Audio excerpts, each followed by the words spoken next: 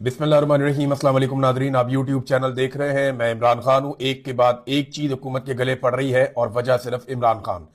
Jail में बैठा हुआ आदमी इनके ऊपर इतना हावी हो गया कि बैन अवी सतह पे या पाकिस्तान के अंदर इनके तमाम फैसले कैदी नंबर 804 के इर्द गिर्द घूम रहे हैं। अब जब तक ये कैदी नंबर 804 को अपने दिमाग से नहीं निकालेंगे तब तक ये कोई दिमाग के साथ फैसला कर नहीं पाएंगे, तब तक कोई ऐसा फैसला नहीं कर पाएंगे जिसमें दानिशमंदी हो। मिसाल के तौर पे वादिये तीरा वाला जो ऑपरेशन है वो भी इनके गले पड़ गया। अब हुआ ये कि गुज़िश्ता रात एक स्टेटमेंट जारी कर दिया वजारत इत्तलात ने और एक नोटिफिकेशन निकाल दिया कि वादिये तीरा में तो ऑपरेशन ही कोई नहीं हो रहा, और ये कहना शुरू कर दिया कि वहां से लोगों को निकालने का तो हमने कहा ही नहीं, ये तो लोग खुद निकल रहे हैं वहां से, या सूबाई हुकूमत इसके ऊपर सियासत कर रही है। तो ये जनाब बड़ी ज्यादती हो रही है। वादिये तीरा का सारा मामला हमारे ऊपर डल रहा है, हम इसका सख्ती से नोटिस लेते हैं। ये वजारत इत्तलात ने किया। अब इससे पहले कि मैं आपको बताऊं कि सुहेल आफरीदी ने जवाब क्या दिया, पहले जरा आप सुने कि थोड़े दिन पहले डीजीआईएसपीआर का जो स्टेटमेंट है, ये जो मैं आपके सामने रखने वाला हूं, ये स्टेटमेंट है 6 जनवरी 2026 का, यानी आज से लगभग 20 दिन पहले। डीजीआईएसपीआर ने ऑपरेशंस के हवाले से क्या कहा जब उनसे सवाल किया गया, जब ये नकल मकानी शुरू हो रही थी, तो डीजीआईएसपीआर क्या कह रहे थे, जरा ये सुने आप। अब वो तो कह रहे हैं कि ऑपरेशन नहीं होने, आज कह रहे हैं, वो तो पता नहीं कब से कह रहे हैं। वो कहते हैं हमारा लीडर कह रहा है ऑपरेशन हो रहे हैं, एज ऑफ टुडे भी हो रहे हैं। बिकॉज दी सिक्योरिटी, मैंने आप पहले ही बार बार की, कुछ चीजें फंडामेंटल्स हैं जिनके ऊपर कोई कॉम्प्रोमाइज नहीं किया जा सकता। ठीक है जी, आपने सुना डीजीआईएसपीआर को। अब जरा आप सुने ख्वाजा आसिफ जो वजीर दिफा है। जब डीजीआईएसपीआर ने यह स्टेटमेंट दिया तो उसके बाद कौमी असेंबली में खड़े होकर ख्वाजा आसिफ जो वजीर दिफा है, उन्होंने क्या बयान दिया ऑपरेशन के हवाले से, ये जरा आप सुने।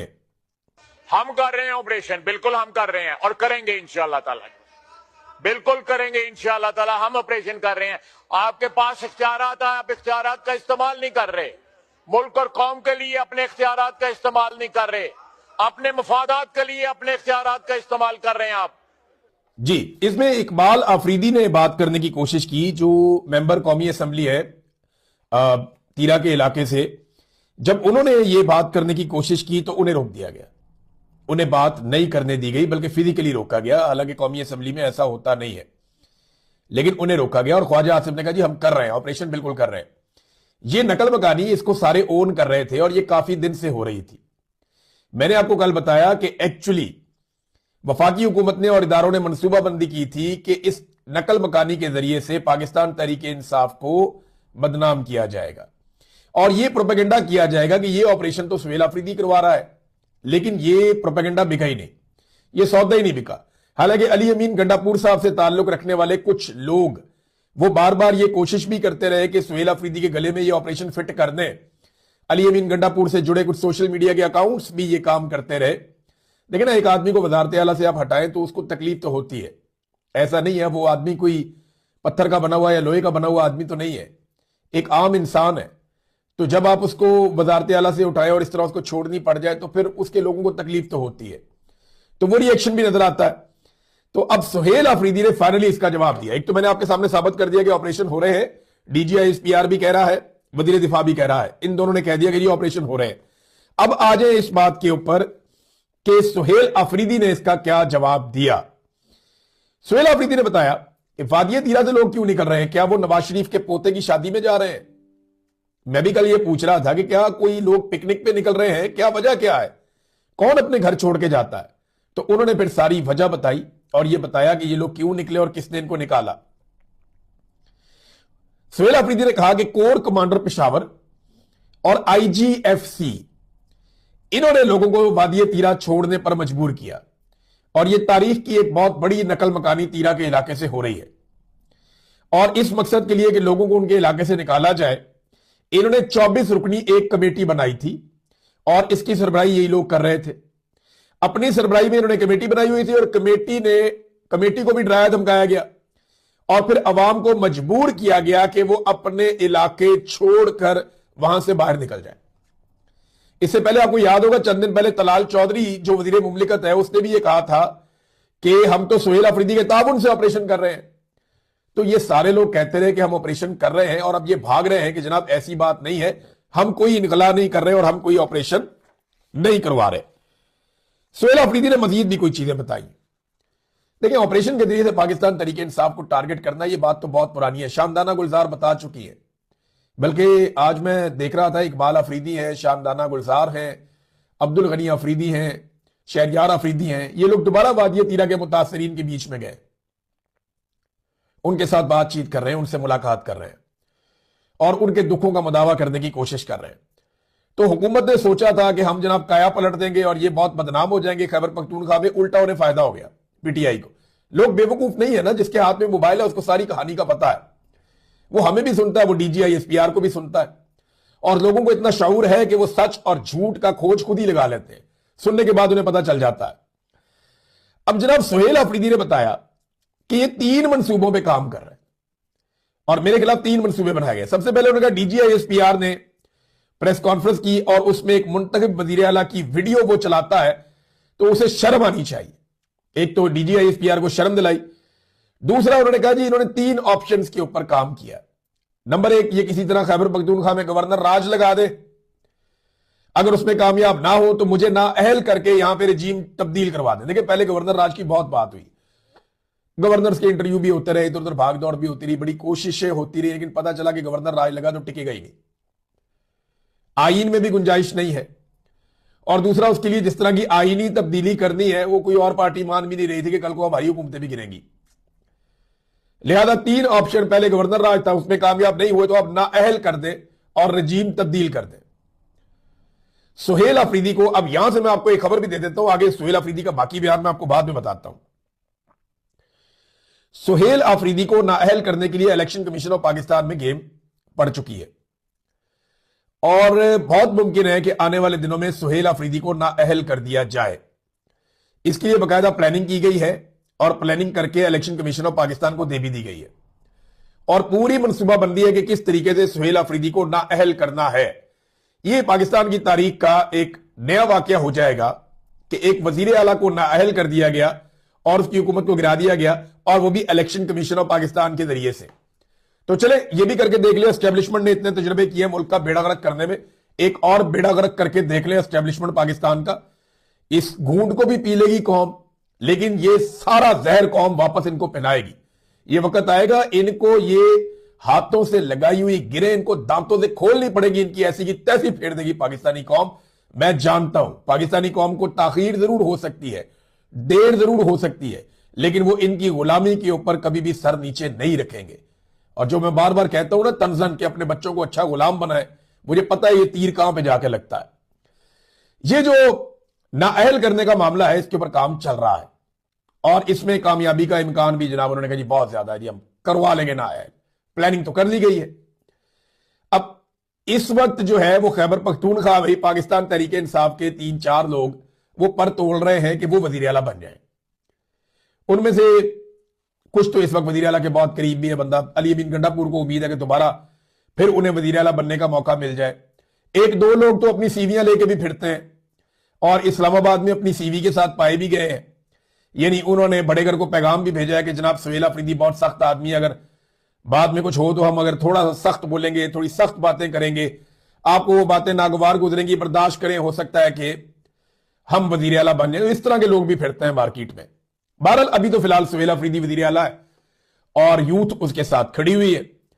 अच्छा, अगर नाअहल करने में भी कामयाब नहीं होते तो सुहेल अफरीदी ने यह इंकशाफ किया कि फिर सुहेल अफरीदी को मार दिया जाएगा। यानी अगर ये गवर्नर राज नहीं लगा पाए, वो तो नहीं लगा पाए, ये सुहेल अफरीदी को नाअहल करवाने की कोशिश कर रहे हैं, अगर ना कर पाए तो फिर सुहेल अफरीदी को मार दिया जाएगा। ये सुहेल अफरीदी ने खुद अपने मुंह से कहा है और वो ये नहीं कह रहा कि मुझे तालिबान मार देंगे, वो ये भी नहीं कह रहा कि मुझे अफगानिस्तान से आके कोई दहशतगर्द मार देंगे। वो ये बता रहा है कि जो लोग उसको हुकूमत से ओहदे से हटाना चाहते हैं, जो उसके वजीर आला बनने के खिलाफ थे और उसके वजीर आला बनने से पहले डीजीआईएसपीआर पेशावर पहुंच के एक प्रेस कॉन्फ्रेंस कर देते हैं, वो लोग यानी डीजीआईएसपीआर और पाकिस्तान के army chief field marshal Asim Munir, ये लोग हटाना चाहते हैं सुहेल अफरीदी को। तो फिर सुहेल अफरीदी ने कहा कि मुझे फिर इसके बाद मार दिया जाएगा। तो ये इशारा भी इसी तरफ है, ये अगर कामयाब ना हुए तो मार देंगे। सुहेल अफरीदी ने एक और बात बताई, ये बड़ी अलार्मिंग है और बहुत बुरी बात है। Below the belt. वो ये कहते हैं पहले हमें आगाह किया जाता था कि इतने बजे जनाजा है, इस जगह पे जनाजा है, तो कहते हैं मैं अपना काम छोड़ के चला जाता था। मैं फौज के जनाजों में गया, मैं IGFC की जानिब से जब वहां से आया तो FC के जो हमारे एहलकार शहीद हुए उनके जनाजों में गया। उसके बाद हमें जनाजों को बताना ही बंद कर दिया उन्होंने, यानी हमें ये इतला देना ही बंद कर दी कि कितने बजे और कहां जनाजा है। तो ये एक कितनी बड़ी जाती है। वो ये कहते हैं ये इसलिए किया जा रहा है कि मैं अपने काम छोड़कर जनाजों में गया ताकि एक अच्छा पैगाम जाए कि हम पाकिस्तानी इकट्ठे हैं दहशतगर्दी के खिलाफ। लेकिन वो कहते हैं जी मुझे किसी जनाजे के लिए बाद में कोई इंफॉर्मेशन नहीं आई और ना मुझे बुलाया गया। ये हमारा इमेज बना रहे हैं कि हम इदारों के खिलाफ हैं, हालांकि हम इदारों के खिलाफ नहीं है, ये सुहेल अफरीदी साहब ने कहा। तो नाज़रीन ये सुहेल अफरीदी की बातचीत थी। और हां, मैं आपको ये बताऊं कि मालाकंड इमरान खान साहब का बड़ा मजबूत गढ़ है। मालाकंड अगर खैबर पख्तूनख्वा में मैं इमरान खान साहब की सबसे ज्यादा मकबूल जगह तलाश करूं ना तो उनमें मालाकंड एक ऐसी जगह है जहां पे इमरान खान का मजबूत गढ़ है। यहां से जुनैद अकबर भी है, यहां से मुराद सईद भी है, और यहां पे नौजवानों की बहुत बड़ी तादाद इमरान खान की फॉलोअर है। सबसे बड़े बड़े इज्तिमा यहां पे होते हैं, खास तौर पे जो अपर दीर लोअर दीर के इलाके, फिर आप मालाकंड में चले जाएं, स्वात में चले जाएं, इस पूरे रीजन में, पूरे रीजन के अंदर जो है वो बहुत तगड़ी है पाकिस्तान तहरीक इंसाफ। तो यह बहुत बड़ा मुजाहरा हुआ, बहुत बड़ी तादाद में लोग इकट्ठे थे। सुहेल अफरीदी अमूमन पश्तो में बातचीत भी करते हैं अपने लोगों से, लेकिन यहां पे उन्होंने उर्दू में बातचीत इसलिए की क्योंकि जो DGI SPR ने किया और जो वजारत इत्तलात ने किया उसका जवाब देना जरूरी था। अब इसमें जो फाइनल चीज हुई वो क्या हुई? हुआ यह है कि ये सारी बदनामी खाते पड़ गई वफाकी हुकूमत के और मिलिट्री एस्टेब्लिशमेंट के, फौजी क़यादत के, कि जनाब आपने ऑपरेशन के नाम पे लोगों को दरबदर कर दिया। अब नंगे पांव बच्चे हैं, रुल गए, बर्बाद हो गए, वो बेचारे अपने घरों से बेघर हो गए। जब उनके मनाजिर आ रहे हैं, इससे पहले नहीं आते थे ना, इससे पहले पाकिस्तान का मीडिया, सोशल मीडिया नहीं दिखाता था क्योंकि पाकिस्तानी ऑपरेशन के साथ खड़े होते थे। अब पाकिस्तानी ऑपरेशन से बेजार हो गए, उन्हें पता चल गया ये ऑपरेशन नहीं है, कारोबार है, वो ये समझते हैं, लिहाजा वो ऑपरेशन के खिलाफ हो गए। तो वो मनाजिर बाहर आ रहे हैं जिससे इनकी मौत, बदनामी और सुख की पूरी दुनिया में हो रही है। अब उससे बचने के लिए इन्होंने ये बयानियां दे दिया।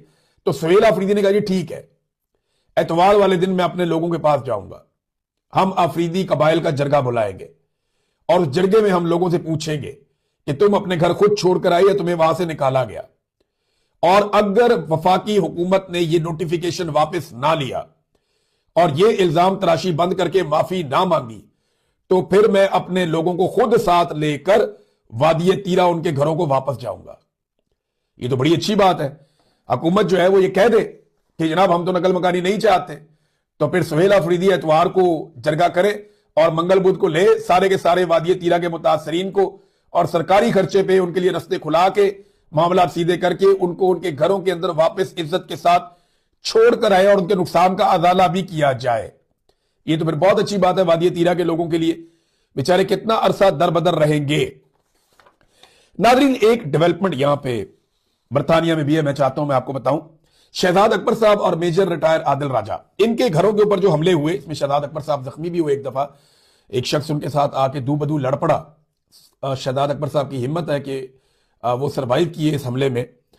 अब ये जो हमले हुए इनके घरों में, बरतानिया में 9 बंदे गिरफ्तार हुए हैं, लॉ इन्फोर्समेंट ने किए यहां पे, और 9 बंदों में से 3 बंदों को अदालत में पेश करके उन पे फर्द जुर्म आयद कर दिया गया और इन बंदों को अदालत ने जमानत नहीं दी। खतरनाक जुर्म इन्होंने किया है और यह भी पता चल रहा है कि 3 गोलियां भी चलाई गई हैं शहजाद अकबर साहब के घर वाले एक इंसिडेंट में। और ये जराइम पेशा अफराद हैं, बहुत सारे जराइम में पहले भी ये मुलविस रहे हैं, कई मरतबा गिरफ्तार हुए हैं और टोटल 9 अफराद गिरफ्तार किए गए। इनमें एक ऐसा आदमी है जो हैंडलर के तौर पे काम कर रहा था। यानी जो 2-3 चीजें कंफर्म हुई जो तशवीशनाक हैं, उनमें एक चीज ये है कि ये जो कुछ भी हो रहा है कलेक्टिव एफर्ट है, यानी ये प्लानिंग के तहत, मनसूबाबंदी के तहत। ये ऐसा नहीं है कि वो कुआं अलग है तो वो अलग है तो वो अलग है, नहीं, ये सारे आपस में जुड़े हुए हैं। एक बात तो ये है, इनके पीछे एक ही आदमी हैंडल कर रहा था। अब तक की जो इंफॉर्मेशन आई, मुझे समझ आई, वो यही है। अब एक चीज और है कि इसके पीछे कौन है, जो खुरा है वो जाके कहां पे निकलता है, और जो मेन किरदार है वहां तक पुलिस पहुंच जाए तो ये सबसे बड़ी कामयाबी होगी पुलिस की। अभी कुछ मुल्जिमान को चार्ज किया गया और कुछ को चार्ज नहीं किया गया, लेकिन ये एक ही सिलसिले की कड़ी है सारी। और बरतानिया के अंदर इन्होंने बहुत संजीदा लिया, यहां की गवर्नमेंट ने शानदार काम किया है, इन्होंने तहकीकात जारी हैं। हम उम्मीद करते हैं कि जो असल कल्प्रेट है, जो ये डोरियां हिलाने वाले पीछे मेन लोग हैं, जिनका ये मोटिव था, क्योंकि देखिए ना मामला क्या है, मामला पाकिस्तान की मिलिट्री एस्टेब्लिशमेंट है और कुछ नहीं है। शहजाद अकबर से क्या मसला, यही मसला है। आदिल राजा का भी इख्तिलाफ है पाकिस्तान की एस्टेब्लिशमेंट से इस वक्त। तो रोला तो यही है, रोला और कोई नहीं है, रोला सीधा सीधा यही है। अब देखते हैं कि बरतानिया की पुलिस कहां पे खुरा निकालती है। तो मेरे ख्याल में बकरे की मां कब तक खैर बनाएगी, अभी इसका कोई ना कोई नतीजा निकल ही आएगा, पता चल जाएगा कि ये किसने करवाया और क्यों करवाया और इसके पीछे मकसद क्या था। अब जल्द पता लग जाएगा, बंदे पकड़े गए।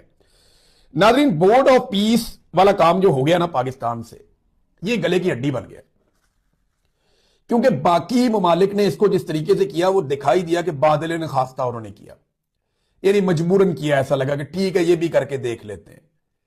जरा इसको गौर से समझिएगा बात को। सऊदी अरब ने, तुर्की ने, बाकी ममालिक ने ये जो काम किया ना बोर्ड ऑफ पीस वाला, वो इस तरीके से किया जैसे बेदिली के साथ कोई करता है। खुद मोहम्मद बिन सलमान भी नहीं आए, तैयब अर्दगान भी नहीं आए। हालांकि ट्रंप ने जाती तौर पे कोशिश की कि ये लोग आए, लेकिन नहीं आए। इसराइल का वजीर आज़म नेतन्याहू है, वो आ ही नहीं पाया। उसकी वजह यह है कि उसका वारंट गिरफ्तारी है वहां पे स्विट्जरलैंड में। वो आएगा तो स्विट्जरलैंड की हुकूमत ने कहा जी हम गिरफ्तार कर देंगे, हम नहीं छोड़ेंगे। तो ट्रंप ने कहा जी इनका सदर बुलवा लेते हैं, तो नेतन्याहू माना ही नहीं। उसने कहा जी सदर नहीं, मैं ही आऊंगा, जब भी आऊंगा शिरकत मैं ही करूंगा, तारीखी मौका है।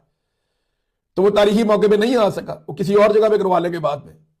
लेकिन बाकी ममालिक ने बादल ना खास्ता, या चलो यार कुछ नहीं है ये करके देख लेते हैं, ये भी करके देख लेते हैं, इस तरह उन्होंने किया और ज्यादा संजीदगी नहीं दिखाई। पाकिस्तान ने बड़ी गर्मजोशी, कह कहे, इंजॉयमेंट, चेहरे पे शादमानी, खुशियां, जश्न के अंदाज में पाकिस्तान की जो पॉलिटिकल क़यादत है उसने ये काम किया, और साथ पाकिस्तान की मिलिट्री क़यादत ने भी। इन्होंने इसका ढिंढोरा पीटा और इसको एक बहुत बड़ी कामयाबी करार दे दिया, हालांकि बाकी मुल्कों ने ऐसा नहीं किया। अब ये कामयाबी इनके गले पड़ गई। अब फौज कहती है हुकूमत ने किया, हुकूमत के लोग ऑफ द रिकॉर्ड हमें कहते हैं जी हमने नहीं किया, लेकिन ऑन द रिकॉर्ड बेचारों से कहलवाया जाता है कि जी काबीना ने फैसला किया था। हुकूमत भी फंस गई, फौज भी फंस गई, और ये मजीद फंसते जाएंगे, क्योंकि अमेरिका के अंदर अमेरिकन टीवी चैनल अब खबरें ब्रेक कर रहे हैं। किस बुनियाद पे? वो जो लीक डॉक्यूमेंट्स हैं उनकी बुनियाद पे वो खबरें लीक कर रहे हैं, बता रहे हैं कि जनाब ये बोर्ड ऑफ पीस है क्या एक्चुअली। अब कुछ और चीजें सामने आई, कुछ मैंने आपको पहले बताई थी। पहले मैंने आपको बताया था ना, इसमें इसराइल का कोई हिस्सा नहीं है, फलस्तीन का कोई हिस्सा नहीं है, सारा इसराइल का ही है। और ये सारा का सारा मंसूबा जो है वो गजा से मुताल्लिक नहीं है। एक ऐसी बॉडी बना दी गई है जो फ्यूचर में बस जो दिल करेगा करती जाएगी। बहुत सारी चीजें मैंने आपको बताई थी। अब अमेरिकी मीडिया ये रिपोर्ट कर रहा है कि लीक होने वाली जो दस्तावेजात हैं उनके मुताबिक जो चार्टर है इसका बोर्ड ऑफ पीस का, 50% गजा पर इसराइल कंट्रोल करेगा। यानी गजा के 50% इलाके पर इसराइली कंट्रोल रहेगा, जो इस वक्त भी मौजूद है, और वहां तेजी से फौजी तनसीबात बनाई जा रही हैं। 50 के करीब फौजी तनसीबात अभी कायम कर दी गई हैं। मजीद फौजी तनसीबात गजा के अंदर इसराइली फौजी बना रहे हैं, और ट्रंप जो है वो ताहयात इसके चेयरमैन रहेंगे। और ट्रंप के जो करीबी लोग हैं, जैसे कि उनके दामाद हैं, उनके करीबी सियासतदान हैं, वो इस बोर्ड की एग्जीक्यूटिव बॉडी के मेंबरान हैं। बोर्ड की जो एग्जीक्यूटिव बॉडी है वो उसके मेंबरान है, बाकी जो मुल्क हैं वो अलग से मेंबरान है, और वो उसके रुकन रहेंगे वो पैसे देने के बाद। अब आजाद फलस्तीन का लफ्ज इसके अंदर कहीं भी शामिल नहीं है, यानी फलस्तीनियों की आजादी या फलस्तीनियों की कोई रियासत या फलस्तीनियों का कोई मुस्तकबिल, इसके बारे में इस पूरे बोर्ड ऑफ पीस के अंदर या इसके चार्टर के अंदर किसी किस्म का कोई लफ्ज नहीं है। वैसे भी इसराइल ने होने भी नहीं देना था। डोनाल्ड ट्रंप देखें इसराइल का मफाद सोच रहे हैं, वो अपने दोस्त का मफाद सोच रहे हैं। डोनाल्ड ट्रंप और इसराइल के ताल्लुकात जो हैं वो आप ये समझ ले एक सीसा पिलाई हुई दीवार की तरह है। डोनाल्ड ट्रंप कभी इसराइल को तनहा नहीं छोड़ेगा, या डोनाल्ड ट्रंप कभी भी इसराइल को नुकसान नहीं होने देगा। उसने दोस्ती का हक अदा किया है, और हमने जो है वो खुशामद का हक अदा किया है, और जनाब जूते पॉलिश वही जो हमेशा से करते चले आए। नादरीन, ये पाकिस्तान के ना गले की हड्डी बनेगा, क्योंकि अमेरिका से ही बहुत सारी चीजें निकलेंगी और दुनिया की हर जगह से निकलेंगी, और पाकिस्तानी जवाब देते रहेंगे और इनके पास जवाब होगा नहीं। अब मैं नादरीन एक स्टेटमेंट आपके सामने रखता हूं। ये स्टेटमेंट जो है ये अमार अली जान साहब का बहुत इंपॉर्टेंट है, और मेरे ख्याल में जो ईमान मजारी का केस है उस केस के हवाले से बहुत सारे लोगों ने बहुत सारे बयान दिए, लेकिन ये कंप्रीहेंसिव इसके अंदर उन्होंने एक एंगल उठाया, अमार अली जान साहब ने बात बिल्कुल ठीक कर रहे हैं। यानी जिस दौर में पाकिस्तानियों की अक्सरियत को बुखार चढ़ा हुआ था ना, और ये लगता था हम सबको कि जनाब एस्टेब्लिशमेंट जो करती है शायद मुल्क के मफाद में करती है, हालांकि इख्तलाफात मार्शल लॉ के ऊपर, बाकी चीजों के ऊपर उनसे लोगों को रहते थे। अमार अली जान तब भी कहता था कि नहीं नहीं ऐसे नहीं है, आपको पता चलेगा, और वाकई बात ठीक है। अमार अली जान कहते हैं कि जी वो कुव्वतें जो आइन को पामाल करती हैं, सियासी लीडरान को गद्दार कहकर पाबंदे सलासल, जबकि गद्दारों को तख्त पर बैठाती हैं, जो आम शहरियों को अगवा करती हैं और अपने ही अवाम पर अगयार के कहने पर ऑपरेशन करती हैं, इन कुव्वतों के हिस्से में हाउसिंग सोसाइटियां और मुनाफा बख्श कारोबार आते हैं, जिनकी कुल मालियत आज 70 अरब डॉलर से ज्यादा है। और ईमान मजारी और हादी अली चट्टा जैसे लोग जो इन पॉलिसियों के खिलाफ आवाज उठाते हैं, आइन की पासदारी का मुतालबा करते हैं, शहरियों के बुनियादी हकूक का दिफा करते हैं, इनके हिस्से में कैदोबंद की सऊबतें आती हैं। एक मुल्क दो दस्तूर नामंजूर नामंजूर। मामला यह है कि अमार अली जान साहब को या जितने भी एक्टिविस्ट हैं जो रियली चाहते हैं पाकिस्तान में सिविलियन सुपरमेसी आए, बहुत सारे तो रंगबाज है ना, जो रोजाना कोई ना कोई बेनकाब हो जाता है। वो नवाज शरीफ के ऊपर मुश्किल वक्त आता है तो बहुत सारे हमारे सहाफी और दानिश्वर जो है वो इनकलाबी बन जाते हैं। नवाज शरीफ मुश्किल से निकलता है, साथ ही वो पॉलिश पकड़ लेते हैं। पीपल्स पार्टी में मुश्किल वक्त आता है तो बहुत सारे इनकलाबी जो है वो दानिश्वर, वो इनकलाबी बन जाते हैं, और जैसे ही जरदारी साहब इक्तदार में आते हैं वो जूता पॉलिश पकड़ लेते हैं। लेकिन कुछ लोग ऐसे हैं जो हर दौर के अंदर सिविलियन सुपरमेसी के लिए आवाज उठाते रहते हैं। उन सब लोगों को इमरान खान का शुक्रिया अदा करना चाहिए। सीरियसली इमरान खान का शुक्रिया इसलिए अदा करना चाहिए कि वो वाहिद आदमी है जिसने ये कौम को ये सबक उस तरीके से पढ़ाया कि आज तक कोई नहीं पढ़ा सका। आज आप पाकिस्तान में कोई इलेक्शन, कोई सर्वे करवा ले, पाकिस्तान की एस्टेब्लिशमेंट की औकात 5% भी नहीं रह गई।